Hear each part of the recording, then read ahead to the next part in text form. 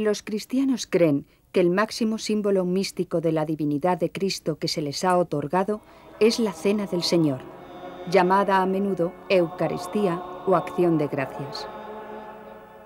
Al reunirse para participar en la ceremonia de la Eucaristía, los cristianos celebran su unión con Cristo. Por todo el mundo, en las asambleas cristianas, repiten las palabras de Jesucristo dichas a sus apóstoles, los primeros 12 seguidores de sus enseñanzas, la noche antes de morir. En aquella ocasión, tomó pan y vino en sus manos y dijo: Tomad y comed todos de él, porque esto es mi cuerpo, que será entregado por vosotros. Tomad y bebed todos de él, porque este es el cáliz de mi sangre, sangre de la alianza nueva y eterna, que será derramada por vosotros y por todos los hombres, para el perdón de los pecados. Haced esto en conmemoración mía. Podríamos distinguir dos cosas: una actitud religiosa y una religión para inducir a la actitud religiosa. Lo esencial, desde luego, es la actitud religiosa, porque eso es lo que se ajusta a la realidad. Es una forma de ser o de relacionarse con la realidad última del universo, que es el misterio último del que emerge todo. Es esencial para llevar una vida humana real, auténtica y genuina, que mantenga alguna relación con este misterio, y esa relación es realmente lo que pretendemos en el plano más profundo mediante la oración. La oración es sencillamente relacionarse con la realidad última, la consideres como personal o como impersonal. Jesús pasó su vida en Palestina. Viajó desde el Mar Muerto en el sur al Mar de Galilea en el norte, predicando la palabra de Dios y congregando seguidores por el camino.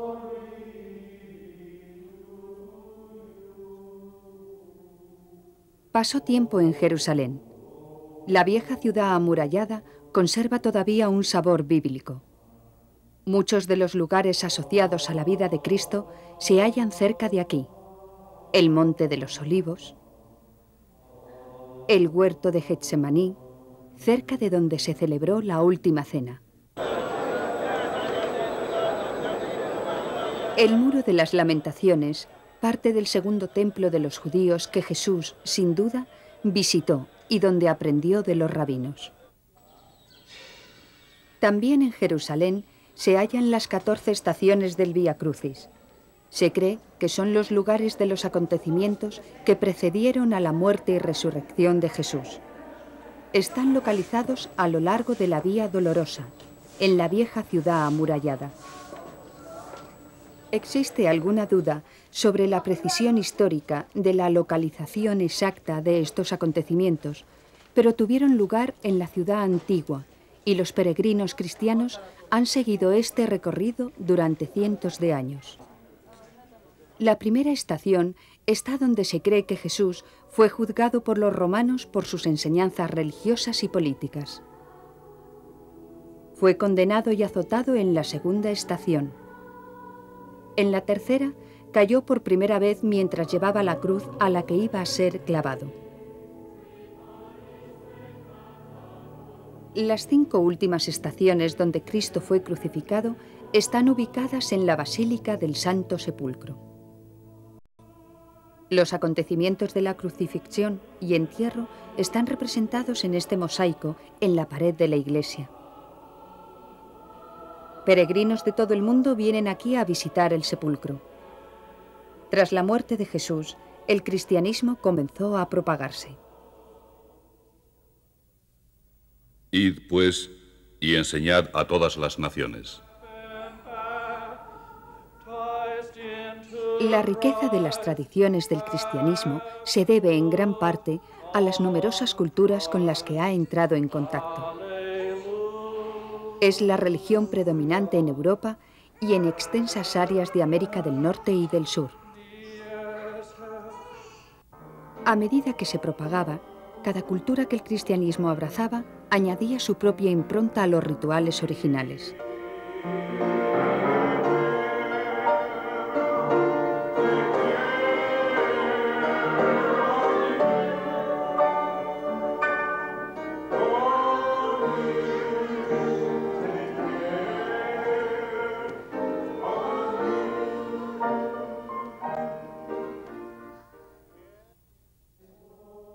Actualmente, solo en los Estados Unidos están representadas una gran variedad de tradiciones.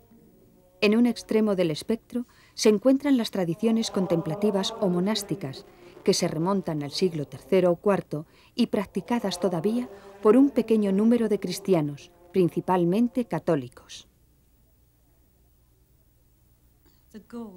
La meta hacia la que constantemente caminas, pero que jamás alcanzas,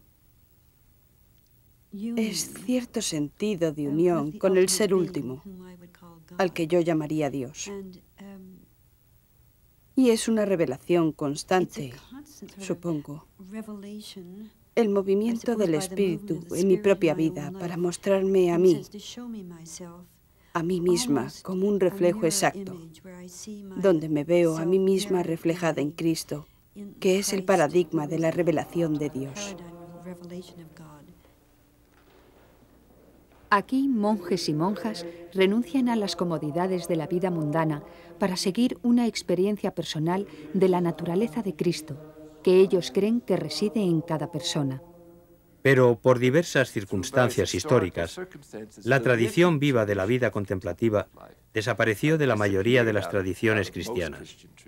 Y cuando la tradición viva desaparece, el único camino después para que la gente se comporte bien es amenazarles o hacer leyes, mientras que todo el propósito de una ley es servir de apoyo a la vida.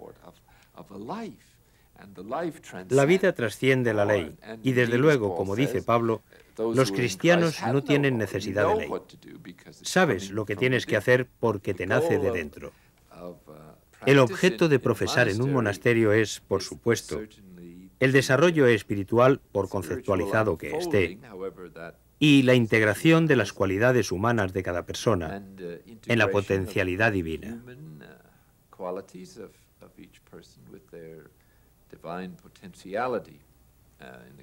En el marco cristiano de referencia, llamamos a esto transformación en Cristo, queriendo decir con ello la lucha contra lo que obstaculiza un crecimiento humano genuino y la apertura a esta potencialidad para llegar a ser divino, ser iluminado o transformarse en Cristo. Expresiones todas que se refieren al mismo itinerario espiritual.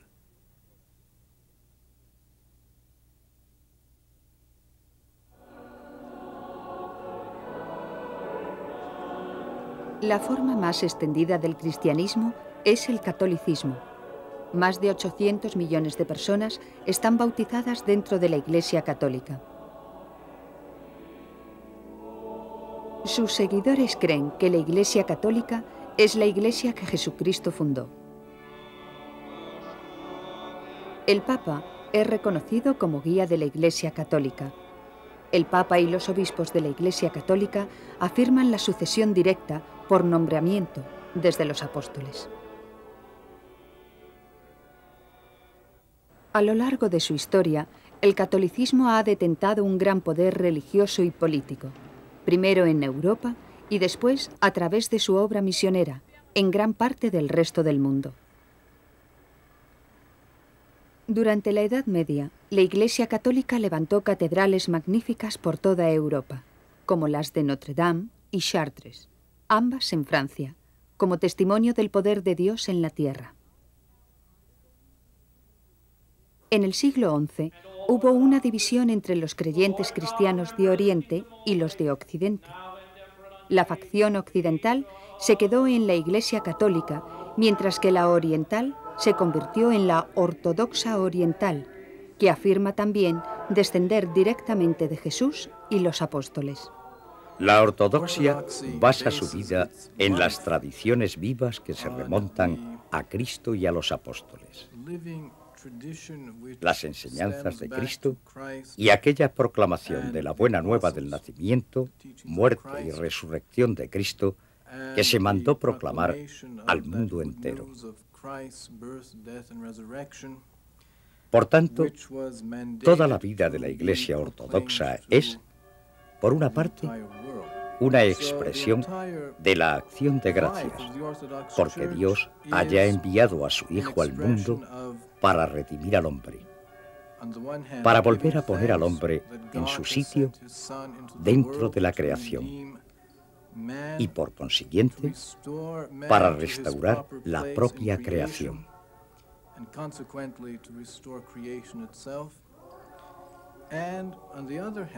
Y por otra parte, la ortodoxia es ese movimiento hacia el reino de Dios inaugurado que Cristo ha establecido ya aquí y ahora, en la historia, en el tiempo y en el espacio,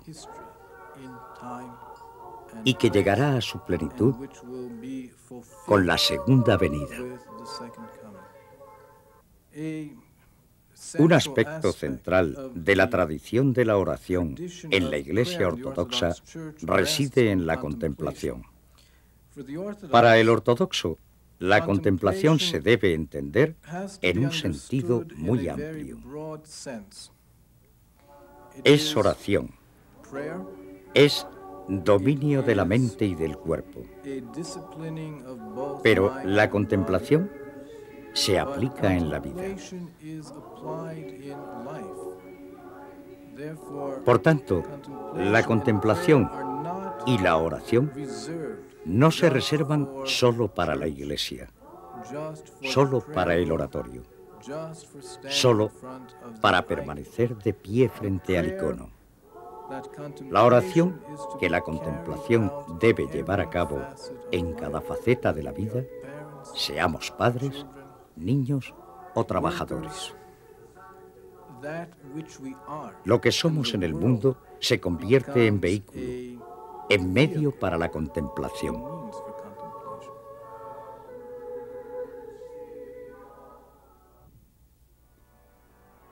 En el siglo XVI, durante una época llamada Reforma, tuvo lugar una nueva división en la Iglesia y nacieron las sectas protestantes. Los seguidores de Martín Lutero, Juan Calvino y la Reforma inglesa, que se desarrolló con el rey Enrique VIII, fundaron lo que es hoy el luteranismo, presbiterianismo y la Iglesia anglicana. Como resultado de la Reforma, se desarrollaron otras muchas iglesias protestantes. Entre ellas están las ramas baptista, metodista, los cuáqueros y los unitarios. Creo que el Dios concreto, a cuyo lado uno elige ponerse, es una consecuencia de la propia historia y de la propia cultura.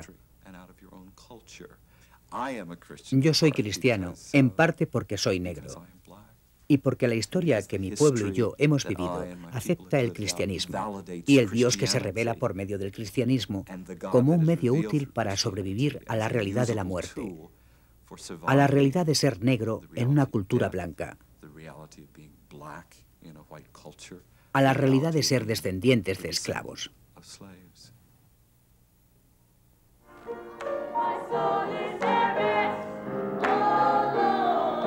Como hemos visto, el cristianismo es una religión con una tradición y una herencia ricas. Responde a las necesidades y creencias de gente de todo el mundo, con un amplio abanico de trasfondos culturales y étnicos. Todo comenzó con la vida y muerte de Jesús y el poder del amor y la compasión de esta persona por la humanidad.